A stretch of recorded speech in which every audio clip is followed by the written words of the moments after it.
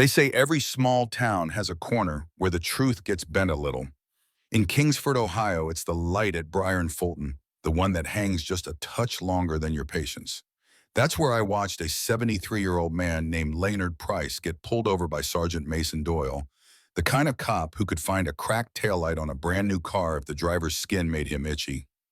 I was two cars back, coffee cooling in my cup holder, when the blue and red hit the chrome, and the morning got real quiet, the sort of quiet that lets you hear a man's pride snap. Hands at 10 and 2. Leonard did what he's done his whole life. He narrated his movements slow and careful, like the words themselves could keep him alive. My right hand is going to my wallet, officer. His voice steady, his face set. The window gave me a thin slice of him, a neat cap, a jaw that remembered younger days. And then Doyle leaned in not to listen, but to own the space. He flipped that wallet open like it belonged to him and counted out the bills. 20, 40, 60, 80. A breath of satisfaction. You know the sound, and into his pocket it went. Drive safe, old man. The car ahead of me rolled through the green like nothing had happened. I didn't. The heat climbed up my neck. Leonard sat a beat longer than a man usually sits after humiliation. Then he eased the Buick forward. He made it through the light, through the day, through the silence he was raised to keep.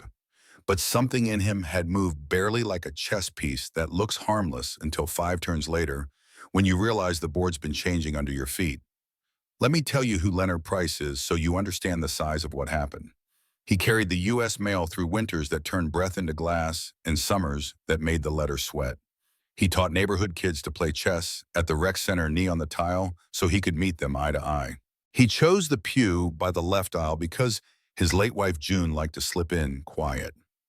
He's the one who fixes the squeak in your gate without telling you, who shovels the sidewalk to the property line and 1 square past.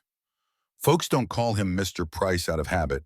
They do it because respect sits right on him, pressed and clean. For 3 months, Doyle bled him slow. 8 stops, different excuses, same result. No receipt, no citation, just a little less medicine in Leonard's pillbox. He shrugged it off when I asked the way men his age learn to survive. I'm fine, he said, and the words sounded like sandpaper on a wound. It broke open at Sunday dinner.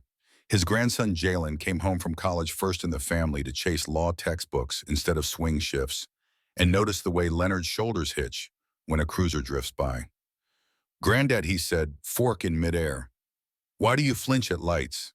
Leonard set his fork down. He didn't raise his voice. He laid out the facts like cards on a kitchen table. 8 stops, nearly $600. That's my heart meds, he said.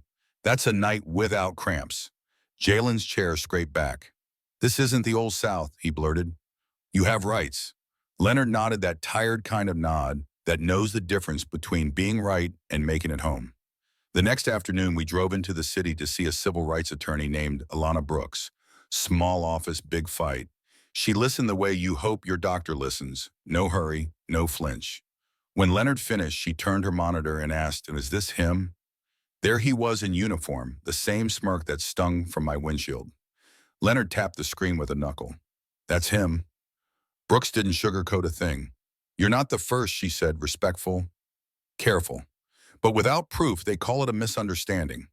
With proof, they call a jury. She laid out a plan that made Jalen sit up straighter. The FBI marked bills a recording pen, little cameras that look like air fresheners. If he takes your money, we won't ask them to believe, she said. We'll make them see. Leonard's thumb traced the groove in his cap where his fingers always rested. You're asking me to trust the same kind of men who taught me to lower my voice, he said. That's not nothing. No, Brooks answered. And you won't be in their hands. You'll be in ours and your own. Enter Agent Tessa Nguyen, crisp suit, plain talk eyes that told you she's chased liars long enough to know their tells. She slid an envelope across the table. $80, she said. Each bill is coded and tagged. If he pockets it, we'll know where it goes and when. She set a pen down. It writes ink. It hears everything. 2 tiny devices followed almost weightless. They look like car fresheners. There are eyes. The room held its breath. If you feel unsafe, say one word, Nguyen added. Mailbox. We end it right there. Leonard didn't touch anything. He just stared, not at the tools, but at the choice. That night, he sat with June's picture thumb on the glass. "You always told me to speak when silence felt safer," he whispered. "I'm tired, sweetheart. But maybe tired men can still stand." The first run was a rehearsal from hell. Leonard drove like a man in a driver's ed video blinkers, early complete stops, no music, no mistakes. For 2 hours, no Doyle. The call finally came over the wire stand down. He called in sick. Leonard nodded like defeat is something you fold and put away on a top shelf. Brooks wouldn't let him. "Sharpen the blade," she said. "We map his routes, we time his lunch, we make the first punch count. Word travels funny in a small town and whispers in pies, left on porches in the way an old friend's hand lingers a second longer on your sleeve." The next day, seniors started showing up at the rec center. Ms. Eloise with the church hat, 300 gone. Mr. Turner, retired machinist, 200 birthday money for a grandson. Quiet stories stacked up like checkers until the board was nothing but captured pieces. Leonard listened, then something in his shoulders changed. Not louder, clearer. "I won't be quiet," he said, and the room agreed without clapping. Thursday morning, we went live. The sky looked like it didn't care. Leonard wore a light blue button-down. June always said made him look dignified. I followed 2 cars back. Jalen tailed me jaw tight, both hands at 10 and 2, like a prayer he didn't want anyone to see. "You're doing fine," Mr. Price. Agent Nguyen's voice clicked in his ear, calm as a metronome. At 10:26, a cruiser slipped behind the Buick like a shark joining a current. Lights popped. Leonard signaled ease to the curb, rolled the window halfway. Doyle took his time coming up. 2 sharp taps, knuckle on glass like he owned the air between them. License and registration, no good morning, no reason. Leonard narrated his reach the way he'd taught me he always would. "My right hand is going to my wallet, officer." "You know why I pulled you over?" Doyle asked, lazy like a cat playing with a string. "I believed I stopped fully at Fulton," Leonard said. "Rolled it." Doyle smirked. He glanced at the license like it tasted bad, handed it back without looking, eyes glued to the bulge of the wallet. "Step out.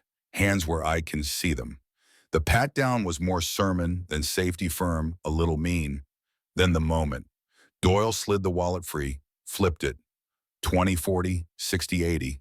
The small breath. "Carrying a lot of cash," he sniffed. "Groceries in the rec center," Leonard answered. "I teach chess on Thursdays." "Cute," Doyle said, and slipped the stack into his pocket. "We'll handle it at the station." He didn't bag it. He didn't log it. He walked away, holster swinging. "Drive safe, old man." "Hold position." Nguyen whispered, then operation successful. Return to rendezvous. Leonard stood with both hands on the Buick roof like a man steadying himself on a boat in cold water. He sat finally, jaw-tight, eyes wet, not broken. When we pulled into the lot behind the old hardware store, he cut the engine and let the quiet ring. "Humiliating," he said, "but necessary." I didn't have better words than that. You'd think that would be enough. Video, audio, marked money tracked from Leonard's pocket to Doyle's. We carried the file to District Attorney Evelyn Hart. She barely looked up. "Chain of custody concerns," she said, voice cool. "One incident isn't a pattern. Bring me more." Outside her office, Attorney Brooks paced like a storm. "She's protecting him," she spat. Nguyen's eyes went flat, or herself. The pushback showed up fast. Leonard's Buick vandalized before sunrise, one word across the hood in bleeding red paint. "Traitor." Brooks's office window smashed. A midnight call to Leonard's landline, a voice wrapped in gravel. "Stop making trouble, old man." That's when a man in a suit with tired eyes walked into the federal building and asked for Agent Nguyen. "Miguel Rivas," he said. "I was Doyle's partner." He set a thin folder on the table, shift, rosters, briefing notes, a map with circles around the blocks, where porches sag and for sale signs don't quite stand straight. "It's not just him," Rivas said. "They call it special attention. Older black homeowners get stopped until they move. There's a developer with nice brochures who shows up after. Chief Mercer keeps it clean, verbal only. If you complain, your file goes missing. You learn the language, discretion, blight renewal, and pretend it doesn't smell." Then the kicker. An agent walked in with a phone to Nguyen's ear.